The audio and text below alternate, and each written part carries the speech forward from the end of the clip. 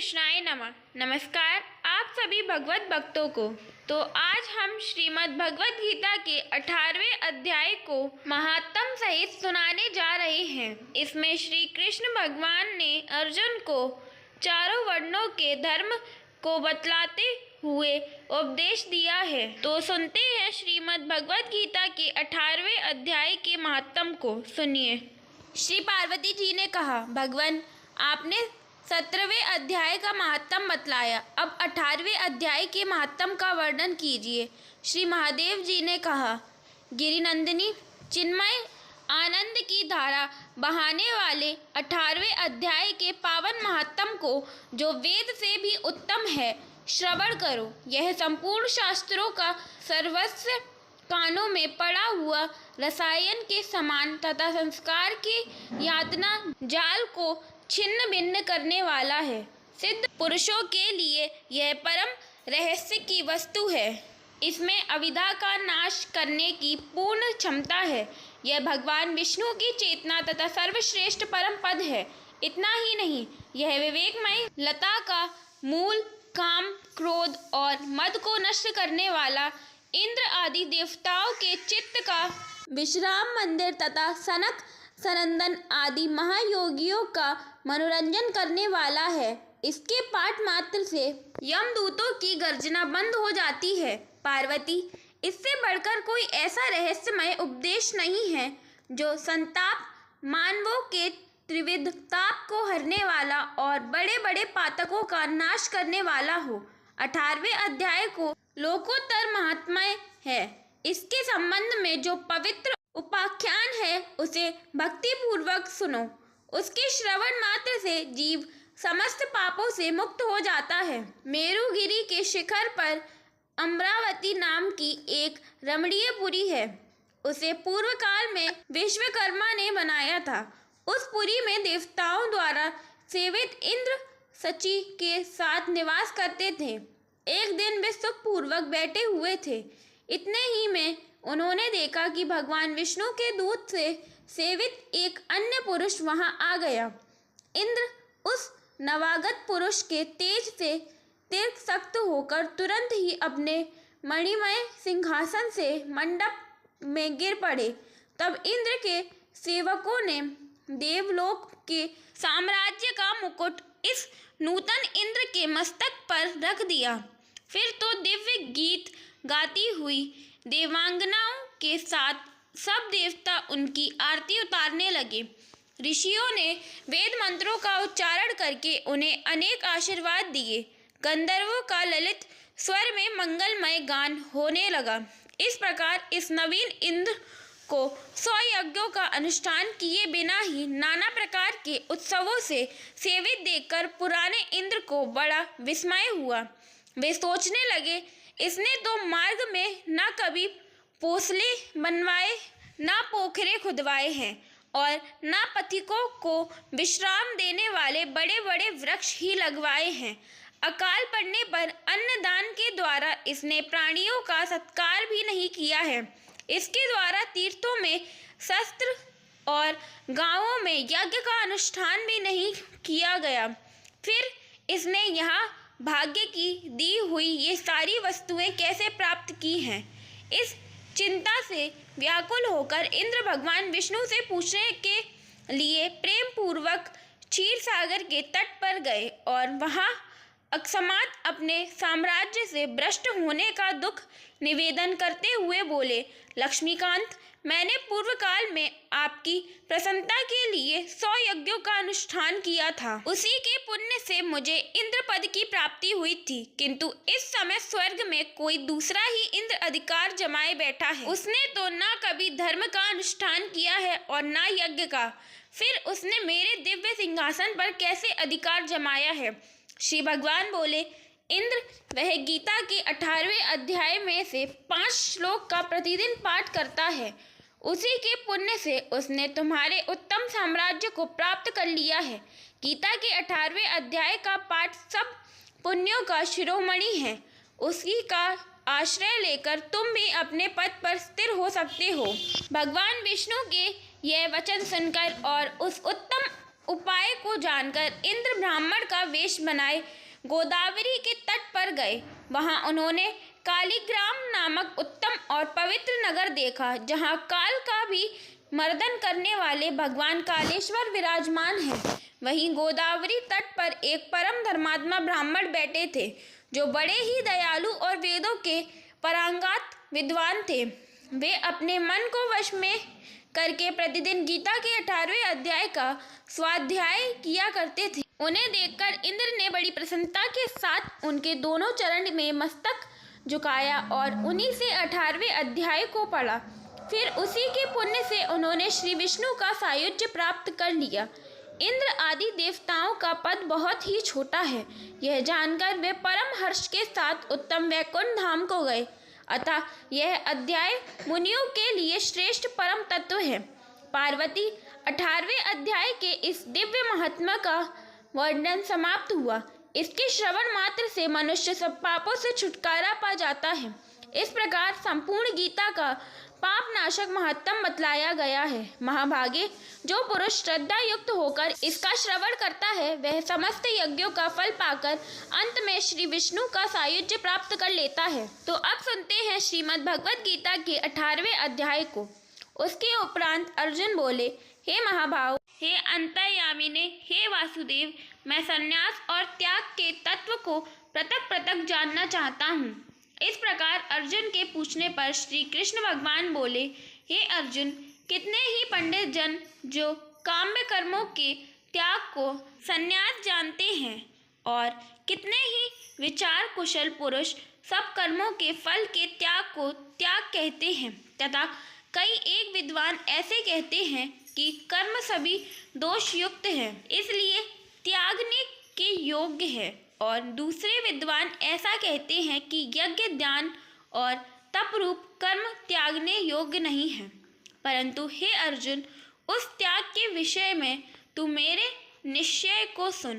हे पुरुषश्रेष्ठ, वह त्याग सात्विक, राजस और तामस ऐसे तीनों प्रकार का ही कहा गया है, तथा यज्ञ, दान और तप रूप कर्म त्यागने के योग्य नहीं है, किंतु वह निसंदेह करना कर्तव्य है, क्योंकि यज्ञ, दान और तप यह तीनों ही बुद्धिमान पुरुषों को पवित्र करने वाले हैं। इसलिए हे पार्थ, यह यज्ञ, दान और तप रूप कर्म तथा और भी संपूर्ण श्रेष्ठ कर्म आसक्ति को और फलों को त्याग कर अवश्य करने चाहिए, ऐसा मेरा निश्चय किया हुआ उत्तम मत है। और हे अर्जुन, नियत कर्म का त्याग करना योग्य नहीं है, इसलिए मोह से उसका त्याग करना तामस त्याग कहा गया है। यदि कोई मनुष्य जो कुछ कर्म है वह सब ही दुख रूप है, ऐसे समझकर शारीरिक कैलश भय से कर्मों का त्याग कर दे, तो वह पुरुष उस राजस त्याग को करके भी त्याग के फल को प्राप्त नहीं होता, अर्थात उसका वह त्याग करना व्यर्थ ही होता है। अर्जुन, करना कर्तव्य है, ऐसा समझकर ही जो शास्त्र विधि से नियत किया हुआ कर्तव्य कर्म आसक्ति को और फल को त्याग कर किया जाता है, वह ही सात्विक त्याग माना गया है, अर्थात कर्तव्य कर्म को स्वरूप से न त्याग कर उनमें जो आसक्त और फल का त्यागना है, वही सात्विक त्याग माना गया है। हे अर्जुन, जो पुरुष अकल्याणकारक कर्म से तो द्वेष नहीं करता है और कल्याणकारक कर्म में आसक्त नहीं होता है, वह शुद्ध सत्व गुण से युक्त हुआ पुरुष संशय रहित, ज्ञानवान और त्यागी है, क्योंकि देहधारी पुरुष के द्वारा संपूर्णता से सब कर्म त्याग जाने को शक्य नहीं है। इससे जो पुरुष कर्मों के फल का त्यागी है वही त्यागी है, ऐसे कहा जाता है।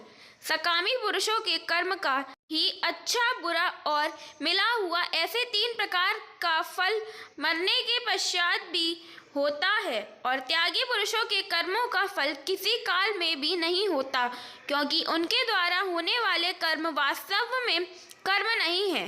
हे महाभाव, संपूर्ण कर्मों की सिद्धि के लिए अर्थात संपूर्ण कर्मों के सिद्ध होने में यह 5 हेतु सांख्य सिद्धांत में कहे गए हैं, उनको तू मेरे से भली प्रकार जान। हे अर्जुन, इस विषय में आधार और कर्ता तथा न्यारे न्यारे कर्ण और नाना प्रकार की न्यारी न्यारी चेष्टा एवं वैसे ही पांचवा हेतु देव कहा गया है, क्योंकि मनुष्य मन, वाणी और शरीर से शस्त्र के अनुसार अथवा विपरीत भी जो कुछ कर्म आरंभ करता है, उसके यह पांचों ही कारण हैं। परंतु ऐसा होने पर भी जो पुरुष अशुद्ध बुद्धि होने के कारण उस विषय में केवल शुद्ध स्वरूप आत्मा को कर्ता देखता है, वह मलिन बुद्धि वाला अज्ञानी नहीं देखता है।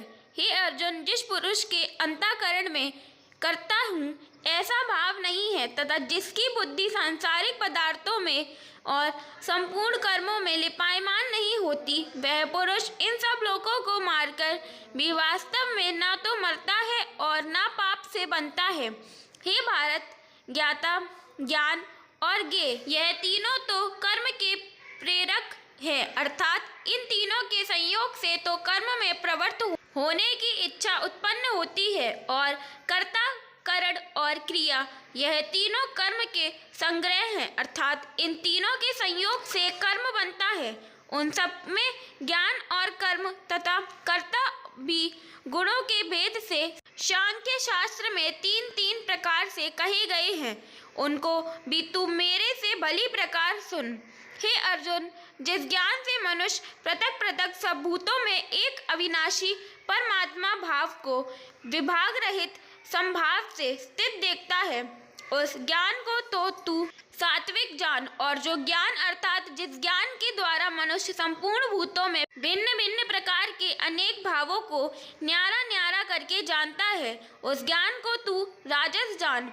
और जो ज्ञान एक कार्य रूप शरीर में ही संपूर्णता के सदृश आसक्त है, अर्थात जिस विपरीत ज्ञान के द्वारा मनुष्य एक क्षण भंगुर नाशवान शरीर को ही आत्मा मानकर उसमें सर्व सब की भांति आसक्त रहता है, तथा जो बिना युक्ति वाला तत्व अर्थ से रहित और तुच्छ है, वह ज्ञान तामस कहा गया है। हे अर्जुन, जो कर्म शास्त्र विधि से नियत किया हुआ और कर्तापन के अभिमान से रहित फल को ना चाहने वाले पुरुष द्वारा बिना राग द्वेष से किया हुआ है, वह कर्म सात्विक कहा जाता है। और जो कर्म बहुत परिश्रम से युक्त है तथा फलों को चाहने वाले और अहंकार युक्त पुरुष द्वारा किया जाता है, वह कर्म राजस कहा गया है। तथा जो कर्म परिणाम, हानि, हिंसा और सामर्थ्य को ना विचार कर केवल अज्ञान से आरंभ किया जाता है, वह कर्म तामस कहा जाता है। हे अर्जुन, जो कर्ता आसक्ति से रहित और अहंकार के वचन ना बोलने वाला, धैर्य और उत्साह से युक्त, कार्य के सिद्ध होने और ना होने में हर्ष शोकादि विकारों से रहित है, वह कर्ता तो सात्विक कहा जाता है। जो आसक्ति से युक्त कर्मों के फल को चाहने वाला और लोभी है तथा दूसरों को कष्ट देने के स्वभाव वाला अशुद्धचारी और हर्ष शोक से लिपायमान है, वह कर्ता राजस कहा जाता है। जो विक्षेप युक्त चित्त वाला, शिक्षा से रहित, घमंडी, घृत और दूसरे की आजीविका का नाश एवं शोक करने के स्वभाव वाला आलसी और दीर्घसूत्री है, वह कर्ता तामस कहा जाता है। हे अर्जुन, तू बुद्धि का और धारण शक्ति का भी गुणों के कारण तीन प्रकार का वेद संपूर्णता से विभाग पूर्वक मेरे से कहा हुआ सुन। हे पार्थ, प्रवृत्ति मार्ग और निवृत्ति मार्ग को तो तथा कर्तव्य और अकर्तव्य को एवं भय और अभय को तथा बंधन और मोक्ष को जो जिस बुद्धि तत्व से जानती है, वह बुद्धि तो सात्विक की है। हे पार्थ, जिस बुद्धि के द्वारा मनुष्य धर्म और अधर्म को तथा कर्तव्य और अकर्तव्य को भी यथार्थ नहीं जानता है, वह बुद्धि राजसी है। और हे अर्जुन, जो तमोगुण से आवृत हुई बुद्धि धर्म को धर्म ऐसा मानती है तथा और भी संपूर्ण अर्थों को विपरीत ही मानती है, वह बुद्धि तामसी है। हे पार्थ, ध्यान योग के द्वारा जिस अव्यभिचारिणी धारणा से मनुष्य मन, प्राण और इंद्रियों की क्रियाओं को धारण करता है, वह धारण तो सात्विकी है।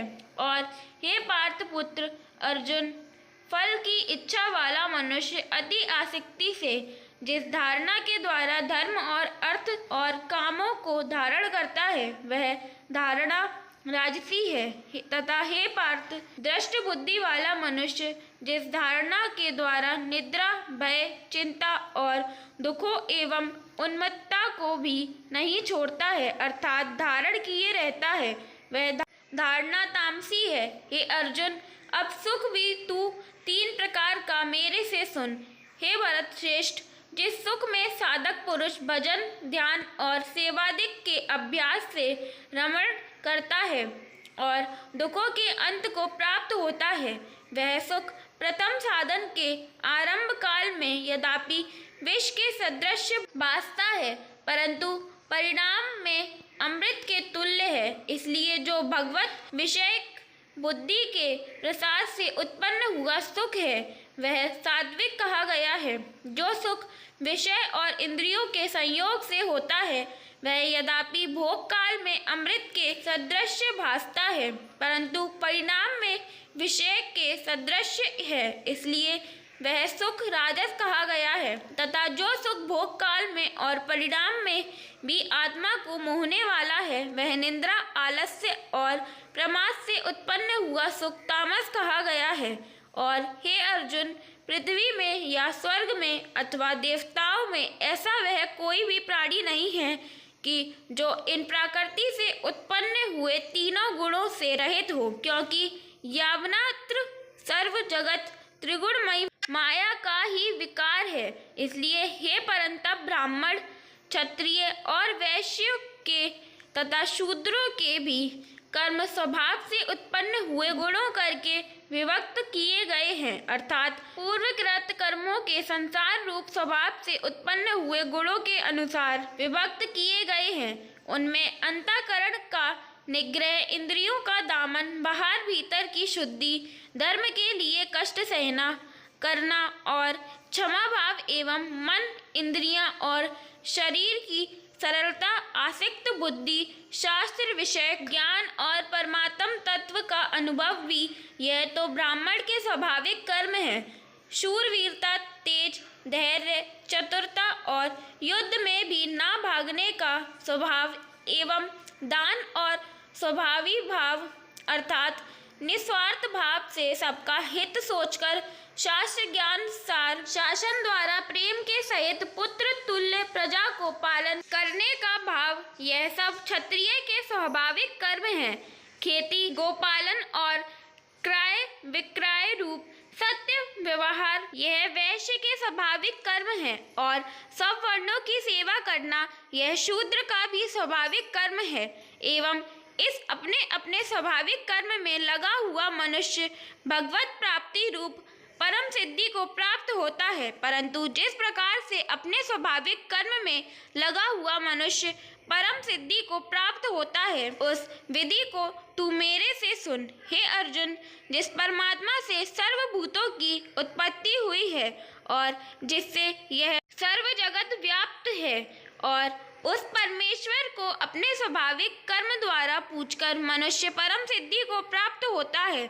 इसलिए अच्छी प्रकार आचरण किए हुए दूसरे के धर्म से गुण रहित भी अपना धर्म श्रेष्ठ है, क्योंकि स्वभाव से नियत किए हुए स्वधर्म रूप कर्म को करता हुआ मनुष्य पाप को नहीं प्राप्त होता। अतएव हे कुंती पुत्र, दोषयुक्त भी स्वाभाविक कर्म को नहीं त्यागना चाहिए, क्योंकि धुएं से अग्नि के सदृश सब ही कर्म किसी न किसी दोष से अवरत हैं।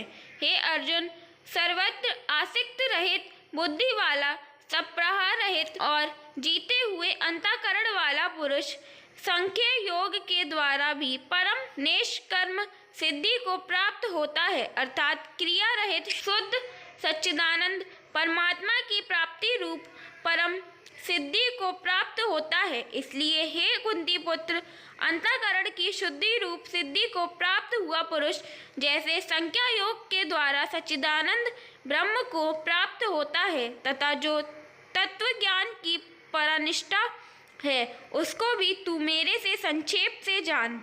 हे अर्जुन, विशुद्ध बुद्धि से युक्त, एकांत और शुद्ध देश का सेवन करने वाला तथा मिताहारी, जीते हुए मन, वाणी, शरीर वाला और दृढ़ वैराग को बलि प्रकार प्राप्त हुआ पुरुष, निरंतर ध्यान योग के परायण हुआ, सात्विक धारणा से अंतःकरण को वश में करके तथा शब्दातिक विषयों को त्याग कर और राग द्वेष को नष्ट करके तथा अहंकार, बल, घमंड, काम, क्रोध और संग्रह को त्याग कर ममता रहित और शांत अंतःकरण हुआ, सच्चिदानंद ब्रह्म में एक ही भाव होने के कारण लिए योग होता है। फिर वह सच्चिदानंद ब्रह्म में एक ही भाव से स्थित हुआ प्रसन्न चित्त वाला पुरुष ना तो किसी वस्तु के लिए शोक करता है और ना किसी की आकांक्षा ही करता है, एवं सब भूतों में संभाव हुआ मेरी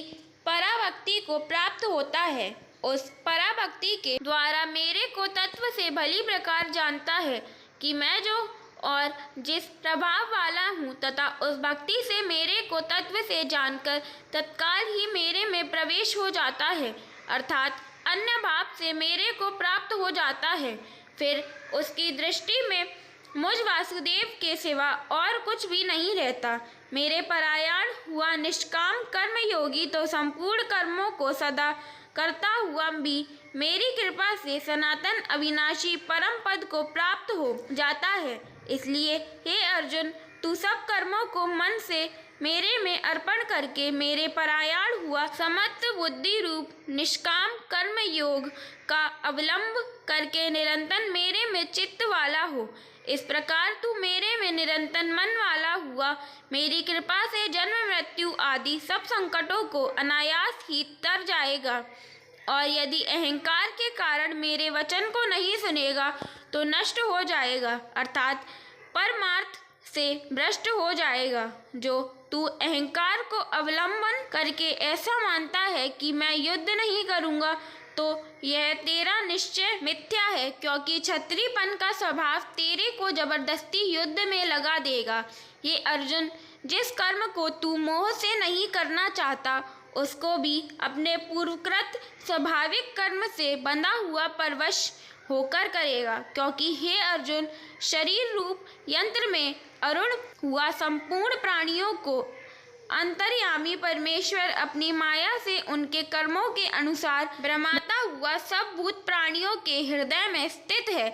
इसलिए हे भारत, सब प्रकार से उस परमेश्वर की ही अनन्य शरण को प्राप्त हो और परमात्मा की कृपा से ही परम शांति को और सनातन परम धाम को प्राप्त होगा। इस प्रकार यह गोपनीय से भी अति गोपनीय ज्ञान मैंने तेरे लिए कहा है।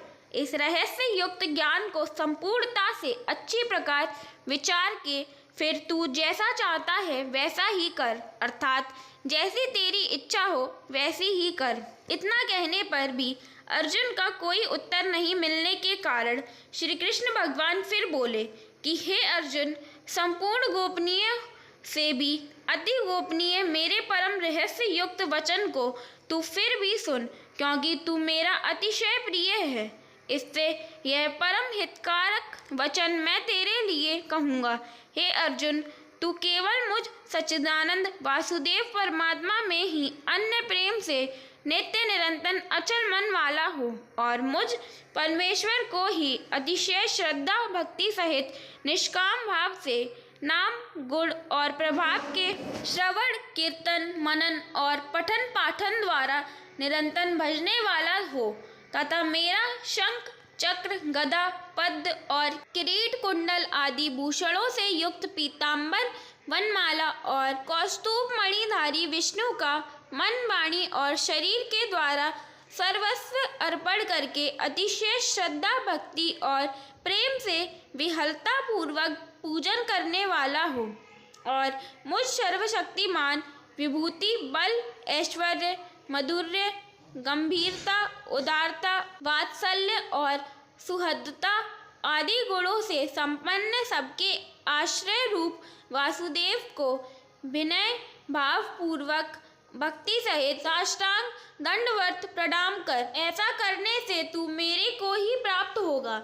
यह मैं तेरे लिए सत्य प्रतिज्ञा करता हूँ, क्योंकि तू मेरा अत्यंत प्रिय सखा है। इसलिए सर्वधर्म को अर्थात संपूर्ण कर्मों के आश्रय को त्याग कर केवल एक मुझ सच्चिदानंद वासुदेव परमात्मा की ही अन्य शरण को प्राप्त हो।